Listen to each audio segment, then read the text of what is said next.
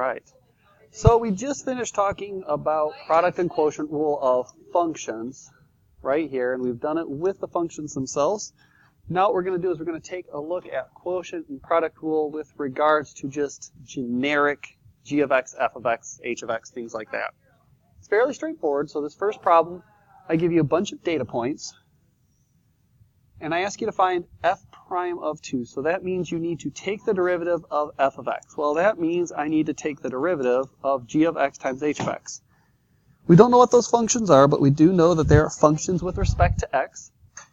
So when I take this using, in this case, the product rule, since they multiply, we would call this g of x times h prime of x minus, or plus, sorry, this is quote product rule, h of x times g prime of x.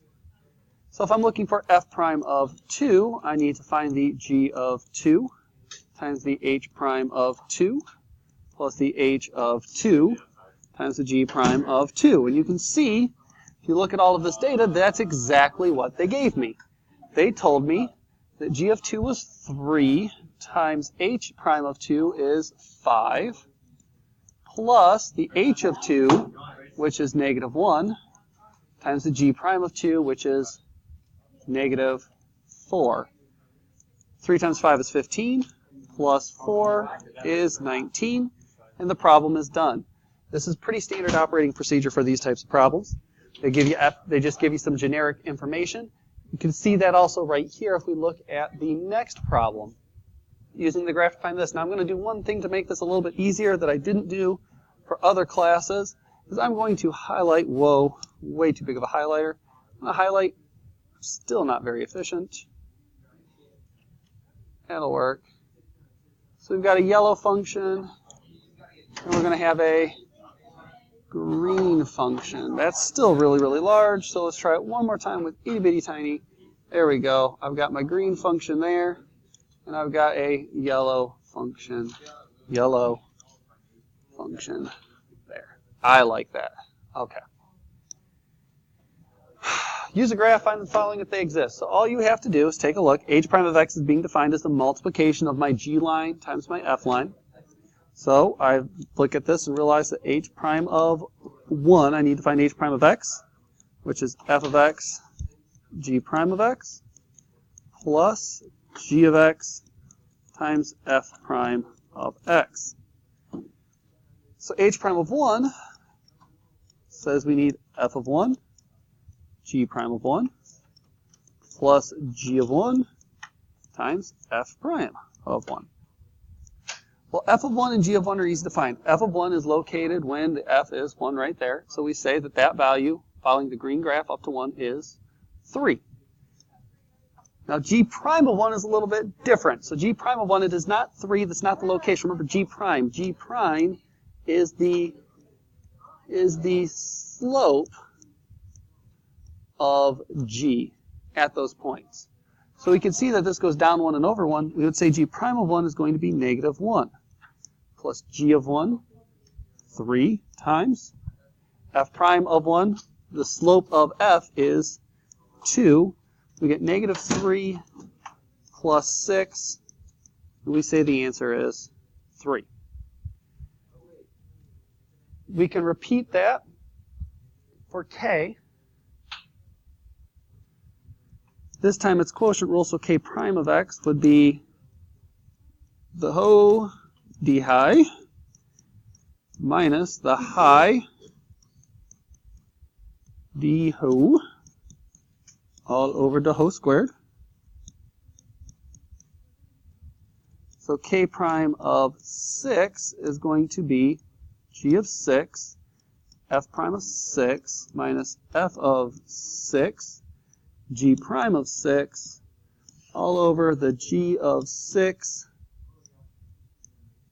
squared. G of 6, so what? 1, 2, 3, 4, 5, 6. We want the green, or we want the yellow, which is g.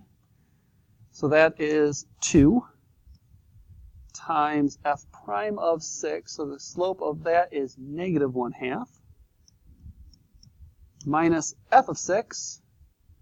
1, 2, 3, 4 times g prime of 6, which is negative 2, all over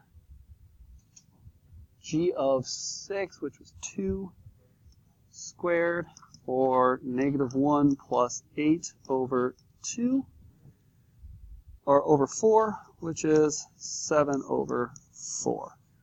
Done. Now, one thing to think about, what would f prime of 2 equal? And what would,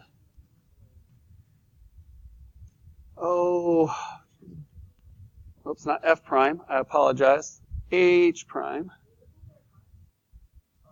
waiting, whoa, really large, what would, that's the thing, I can work with that. What would h prime of 2 equal, and what would k prime of, what number do I want? 2, 3, 4, 4 equal? Think about those. Take a look, see if you can come up with answers to those. We'll talk about those tomorrow. We could also get questions that say find the points where the graph f has a horizontal tangent line. This is the quotient rule. So with that, we are going to be forced into looking at this from a quotient rule perspective. So I need to find f prime of x. Now some of you may have heard or talked to somebody else who knows the trick. If you do, great. If not, well, then too bad. So the quotient rule says that this is the bottom times the derivative of the top minus the top times the derivative of the bottom all over x squared. X squared squared. If it's a horizontal tangent line, we've already talked about that. That means that we want f prime of x to equal 0. So I can set this whole thing equal to 0. Or 3x squared minus 6x squared minus 4x should equal 0. And I'm going to take this x to the 4th and just multiply that over. Or negative 4x squared plus 4x equals 0. Cool. So we can call this negative 4. Apologize, there's a mistake in here. 3x squared minus 6x is not negative 3. Rather, that is negative 4, but negative 3. There we go. That looks better. So factor out an x times negative 3x plus 4 equals 0. And we should get x equals 0 and 4/3. Now be careful when you look at this. If I sub a 0 into this function, 0 does not exist, nor does 0 have a derivative. So 0 is extraneous. F prime of 0 does not exist. And if we know that much, and if we can say that, then we can actually go through f prime of 0 does not exist, and more importantly, f of 0 does not exist. So I go through, I find this problem. Only point I need is 4/3. I'm looking for points, so I find the f of 4/3, which is 3 times 4/3 minus 2 over 4/3 squared, which is 4 minus 2 over 16/9, or 2 over 16/9, which is 2 times 9/16, or 18/16, 9/8 could be a final answer. I went through that just to make sure we were good with it. It's not a terrible number to have to find, so we should be able to do that.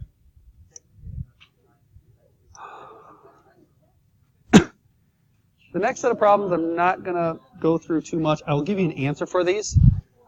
This is y minus 9, mainly because the video is at 10 minutes and I don't want to get too caught up, equals negative 3x minus 3. And in the next question, it's y plus 6 equals negative 4 x minus 1. So those are going to be your two answers there, just so you're aware of them. In each of those, the same point, you need to find a point, which would be f of 3. And you need to find the slope, which requires you to find f prime of x. In this problem, it's a quotient rule. In this problem, it's a product rule, and we would work through both of those the same exact way we work through any single problem we've ever done in any of these questions that we've dealt with. So nothing new there. If you have a question on either of those and it's messing with you, tell me. All right. Last, but certainly not least, we have this concept of the second derivative. Second derivative, you've seen a question like this now, but all it means is take another derivative. Weird notation. We've already talked about the double prime. This is the weird one, and we are going to see that on occasion, so don't be too scared when it shows up. Although typically when I do this, I'm going to default to the double primes, because seriously, that's just weird.